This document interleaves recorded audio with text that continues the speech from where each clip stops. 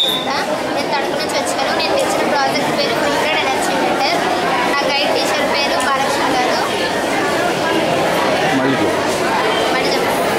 నా పేరు సాయిస్తా. నేను తణుకు నుంచి వచ్చాను. నా గైడ్ టీచర్ పేరు బాలకృష్ణ గారు. నేను తెచ్చిన ప్రాజెక్ట్ పేరు ప్రిపేర్డ్ ఎనర్జీ మీటర్.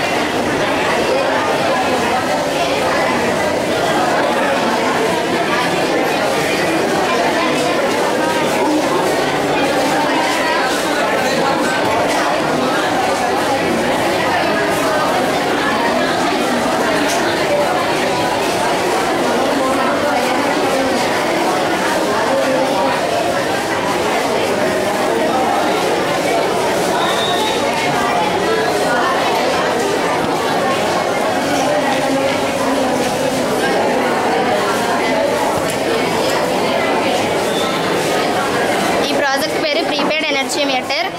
ఇది మనం ఎలక్ట్రిసిటీ బోర్డ్కి డిపార్ట్మెంట్కి వెళ్ళి డబ్బులు పే చేస్తే వాళ్ళు ఒక సీక్రెట్ పాస్వర్డ్ని ఇస్తారు. దాంతోపాటు మనం పే చేసిన అమౌంట్ తగ్గ టైమింగ్ని కూడా చెప్తారు. ఆ సీక్రెట్ పాస్వర్డ్ని ఇందులో ఎంటర్ చేయాలి.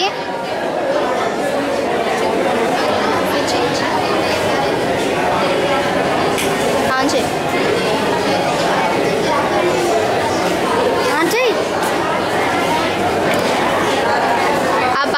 ఎంటర్ చేస్తున్నాను. సపోజ్ 143 అనే పాస్వర్డ్.